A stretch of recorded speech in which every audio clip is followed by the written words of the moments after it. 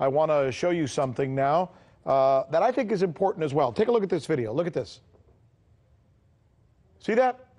That's a Russian Tu-160 bomber, the biggest supersonic Mach 2 aircraft ever built. And there it is, landing in Venezuela. Now, you think that's going to cause a stink? The answer is yes. In fact, it already has caused a stink.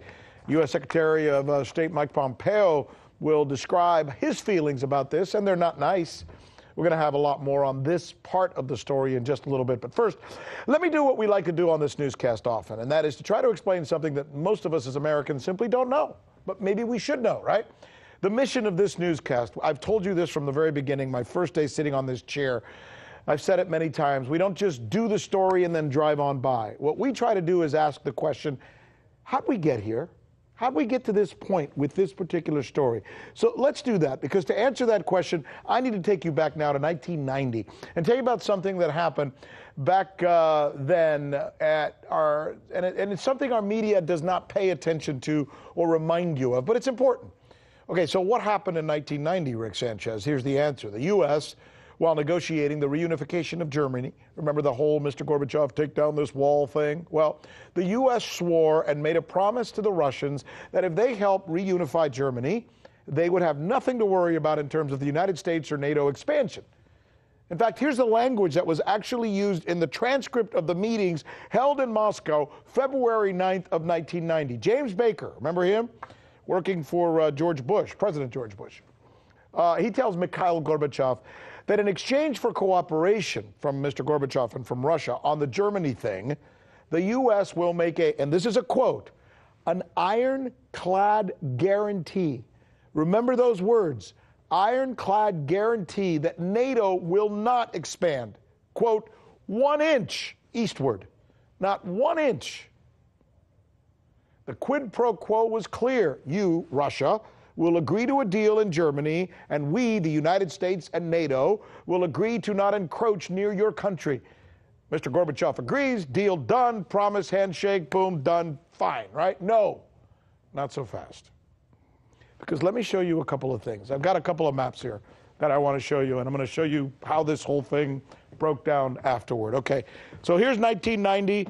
Here's the NATO countries that you see here in the dark blue, or the navy blue, as we like to say, right? At the time, James Baker made this promise, and he said, this is it. We're not going to go this way. We promise. We will not do that. What happened? Watch. Change the map for me. That's what happened. Okay, after the promise was made, these are the countries that are now part of NATO, right? Look, Estonia, Latvia, Lithuania, Poland, Romania, and this is interesting. In other words, the promise to expand was not kept. All right, let me show you what is bound to have the Russians feeling jittery, if not downright threatened, because it's not just these countries. There's two in particular that are very important. It's right here. See that? Estonia and Latvia. What is that? Russia, Estonia, and Latvia. Right up against the border, right? Could you imagine how we as Americans would respond if Russia or China or Iran or, I don't know, name your bad country, right? If they were part of a military organization that had troops amassed on the border with Mexico, how would we react? How would we as Americans? How would you react? How would I react, right? We'd be like freaked out by that, right? By the way, President Putin, going by the old adage that if you can't beat him, then join him, what the hell, right? Has said on several occasions that he's willing to join NATO, be part of the peacekeeping force. Hey, include us in there, right? He met with President Clinton and asked to be a part of it and discussed it with him and others. So far, no dice. So here's the question. Who is willing, who is NATO courting as possibly a potential new member instead? You're looking at it right there. See that video? All right, that is NATO Secretary General Jens Stoltenberg meeting with Ukraine President Petro Poroshenko. This is in 2016. What are they doing? They're complaining about Russia. Come back to me real quick, because I want to show you why that's important. So here you've got NATO now not only doing Estonia, Latvia, Lithuania, Romania, Moldova, and all that stuff. No. Now they're also courting Ukraine. Look at that border with Russia, right? So you do have to ask yourself whether Russia should start to feel a little surrounded, right? Look, this is not about taking sides, right? This is about just presenting both sides of the story and asking the eternal question, how'd we get here?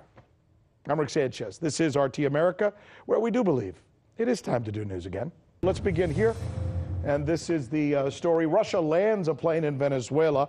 You saw a little bit of the video. You're about to see a lot more with a very enthusiastic RT reporter covering it as it happened.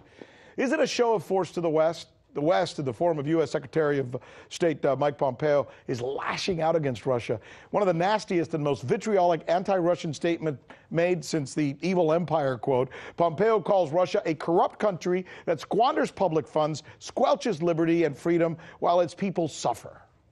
Russia's government has sent bombers halfway around the world to Venezuela.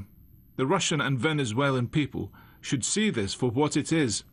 Two corrupt governments squandering public funds and squelching liberty and freedom while their people suffer.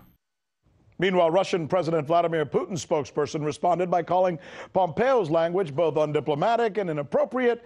Dmitry Peskov then took his own swipe, suggesting comments about squandering public funds seems odd coming from a country, he says, quote, where half of whose military budget would be enough to feed the whole of Africa. This is a very undiplomatic step from the U.S. Secretary of State. It's a serious accusation, pointed at the Russian government, and we believe it is not an appropriate statement. Talking about public spending, we do not agree with this. More on that, this is an inappropriate statement from a country which could feed the whole of Africa with half its military budget. We continue to seek dialogue with our colleagues and hope for Washington's readiness sooner rather than later. So I know we're going fast here and trying to cover a lot of ground, but it's important.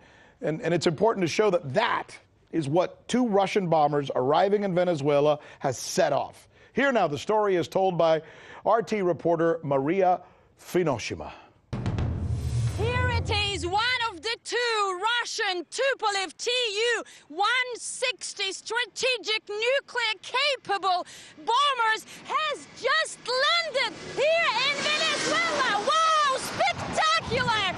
Spectacular! And fighter jets accompanying right there in the skies after an almost 13-hour flight, non-stop, long range over Atlantic from the base in Russia's north. Wow, the two aircrafts have covered a distance of more than 10,000 kilometers, and they flew over Atlantic before they landed here in Venezuela.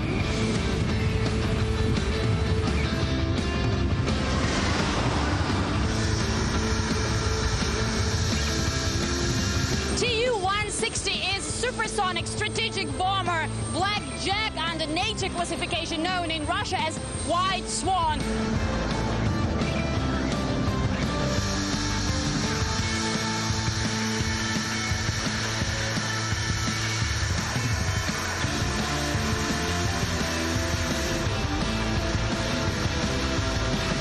It is designed to deliver nuclear and conventional weapons and strike strategic targets. It may carry up to 12 missiles at once. Such flights are useful to us. Within Russia, we can conduct long-distance non-stop flights, but not one like this.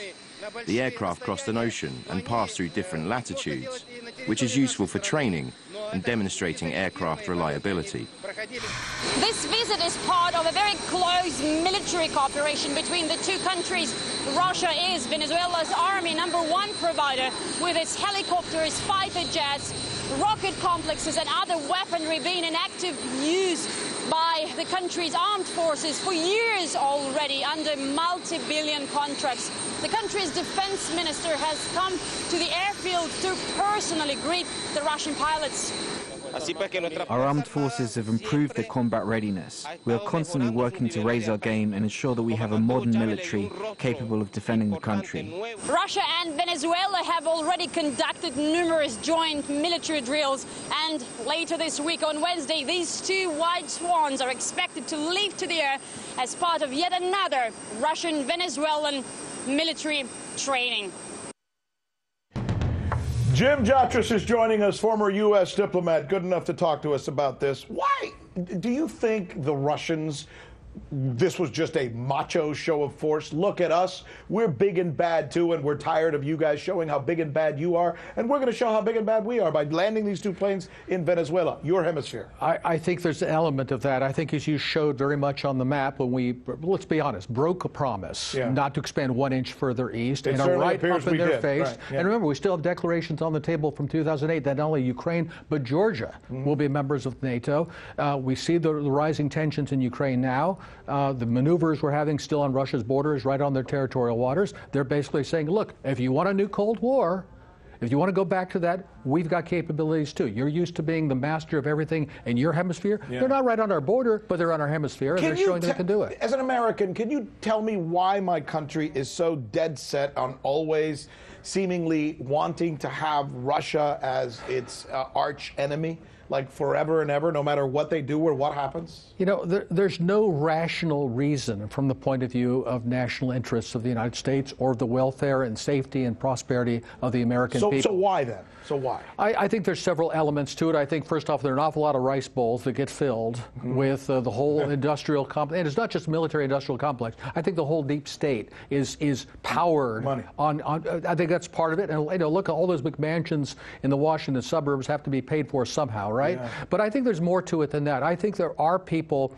who really do feel we have some kind of historic mission to bring peace, democracy, human rights, free markets to the rest of the world. And if they don't like it, well, then, you know, we have to get rough sometimes. So the whole Paul Wolfowitz was the first one that started that doctrine, you know, the doctrine that the United States has the right to rule the world, after all, by golly, and we will, right? I think the real key, there's a 1996 article by Bill Kristol and Robert Kagan toward a neo-Reaganite foreign policy, and they called for a benevolent global hegemony that would last forever. And if the Russians and Chinese don't like it, we should take it as a compliment. So, Jim, is there any hope here? Do you see...